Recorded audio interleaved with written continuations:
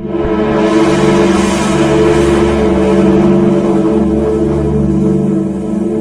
morning, ladies and gentlemen. My name is Rob Kamranpoor, and welcome to the 4th episode of RK Leadership. Today I will be discussing one of the most important areas of leadership, which is engagement. This is actually one of my favorite areas of leadership and where I've had the most success during my leadership roles. As a leader, you should make this one of your top priorities because engagement will determine the level of your success. There's a direct correlation between engagement and productivity, efficiency, innovation, safety, etc. There's so much to share on this topic and area that I had to split it into 2 episodes to keep you engaged. Engagement refers to a level of dedication, commitment, passion, innovation, and emotional energy a person is willing to expend. If you want to maximize performance, you can't settle for satisfied employees. You want engaged employees who feel connected, inspired, and motivated to go above and beyond in their roles. Remember that satisfaction is only temporary, and it's not enough, and it's not sustainable. Gallup conducted interviews from 10 million employees in 114 countries and published a book in 1999. Not the topic of engagement and performance, on the topic of engagement and performance, and discovered that 55% of employees were not engaged, and 16% of those employees were actively not engaged, meaning they went out of their way to absolutely do nothing and cause more issues. Now, while I was working at the utility company, we started conducting Gallup's Q12 engagement surveys on a yearly basis, which consists of 12 questions as per the Q12. I will post these questions on my site for everyone to see. And frankly, the results spoke volumes. However, nothing was really done about this, and the results were similar year after year.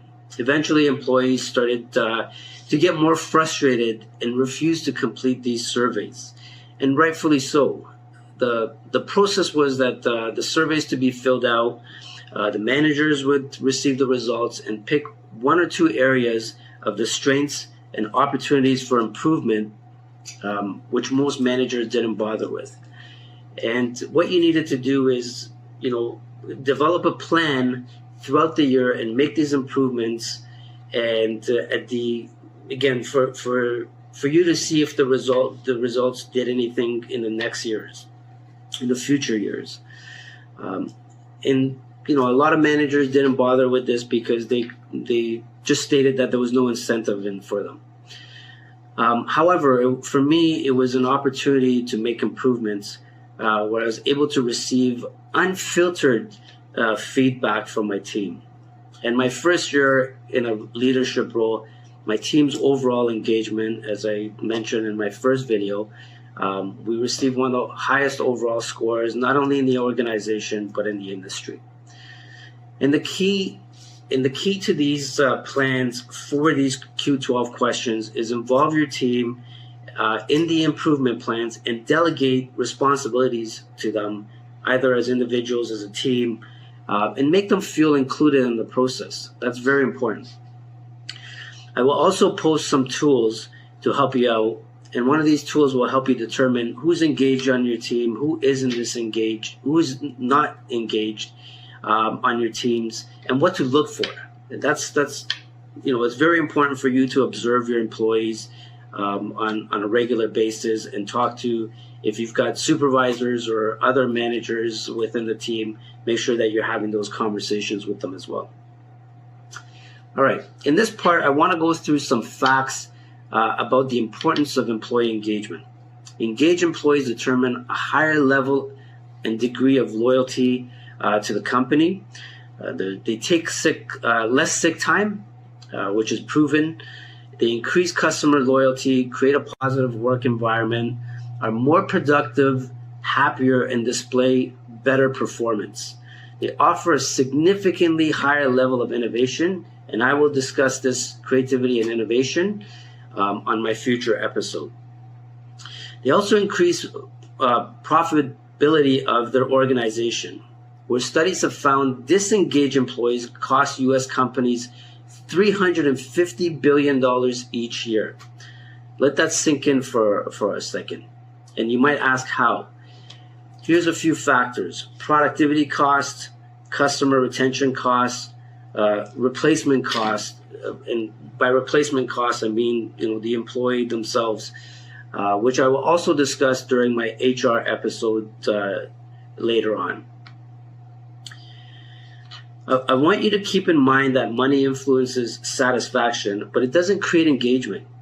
Contrary to what some people might believe, that's not the fact. Let's give this individual a raise and that'll make them engaged or happier. It doesn't work like that. I'm sure most of people can think about an environment they worked in or a boss they had, and no amount of money would keep them happy or make them stay in that role or position or the company. You've also heard the phrase, people don't leave companies, they leave bosses. This is very true, as I've personally dealt with this situation a few times in my career, and again, no amount of money could keep me happy or engaged. And I've talked to many people, peers, colleagues, and I've heard a lot of complaints from different employees, even management level, that their bosses don't treat them well. And I've kind of given you guys some examples in my first episode in my introductory video. No matter how much money you're making, if you cannot be happy at work and if you can't be engaged, that money will not, it's only that temporary solution. After a while, your stress level goes up and you start feeling bitter. You don't want to come to work, and those are the people that always say, I hate Mondays, I hate going to work, and things like that. So be very mindful of that. I strongly believe that some people are not cut out to be leaders, or it might be that they haven't received proper training, coaching, feedback, or even a development plan. There's also some cases that leaders are placed in those roles because of relationships they have with the hierarchy in the organization. I remember speaking to one of my VPs openly once, and he told me directly he only hires, people on the management level underneath him that he can trust. They don't want to hire someone that's going to challenge their initiatives, their goals, their visions, their strategies, etc. And I started to see more of this as I moved up in the organization. And there's certain things that you look for and you see very clearly. I personally don't agree with this strategy for several reasons. First, you want to hire people that are smarter than you and that can challenge your thinking and develop creative ideas and help you assess yours. Hiring the wrong people will have a direct impact on the overall engagement of your teams. And that is more detrimental to productivity, innovation, and all the other things I spoke about earlier. Therefore, no matter how brilliant your vision, goals, and initiatives are, if you don't have an engaged team or teams, good luck getting buy-in and getting them to execute it. This is why engagement is so important and needs to be made a priority to the leaders you hire. I also strongly believe that people who can't connect with others on a human level and go on a power trip because now you have a fancy title shouldn't be leaders. They should manage programs or portfolios. But again, you're leading people. And again, this is just my personal opinion, and I hope that people don't take this in the wrong way. But I've seen this throughout my career. I've experienced it. I know other people who have experienced it. So I'm just providing you that that my own opinion on that. I believe that you need to treat people like human beings. You're not dealing with animals or robots. You need to make sure that people are valued and they're part of the bigger picture. Make them feel that their work is important and how it connects to the company's vision, mission, goals, etc.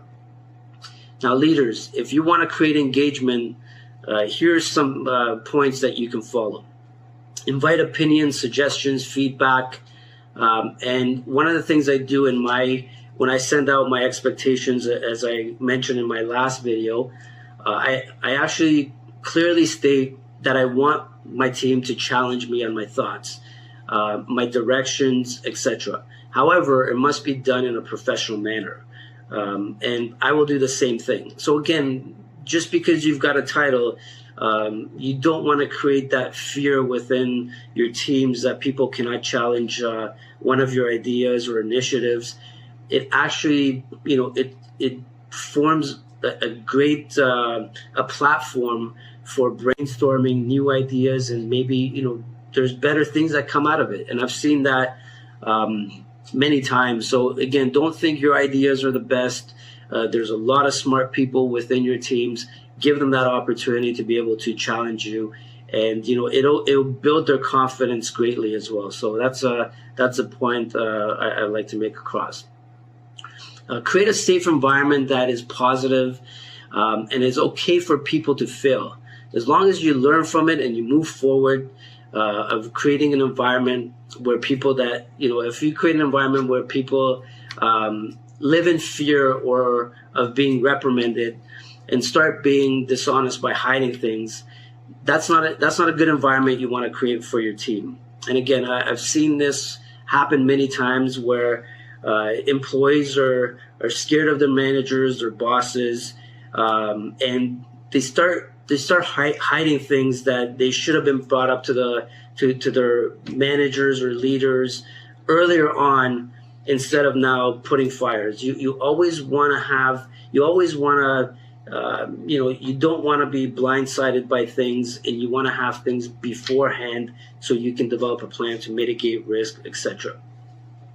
So again, building that environment and having a positive environment is crucial to the leadership role. Share context, share vision, delegate authority, and empower and enable people to make decisions on their own. Stop holding their hand and let them build some confidence. Your job as a leader is to create other leaders. Remember that. And always keep in mind the words empower and enable, as this is how you help create leaders, and you build that engaged environment. And again, I've seen this many times, and you have to start trusting people to make their decisions. And if they fail, that's okay. You learn from those failures and you get to move forward. But if you never let your team or anybody make decisions, they'll never be able to build that confidence that they might have, or the skills and the ability that they have. You have to bring that out of them. There's certain things they don't see within themselves, and you have to see that.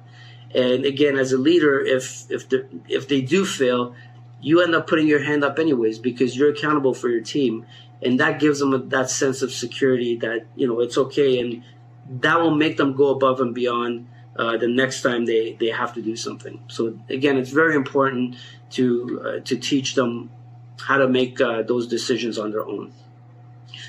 Provide directions, remove barriers, provide tools and techniques, and remove toxic people if necessary from the team.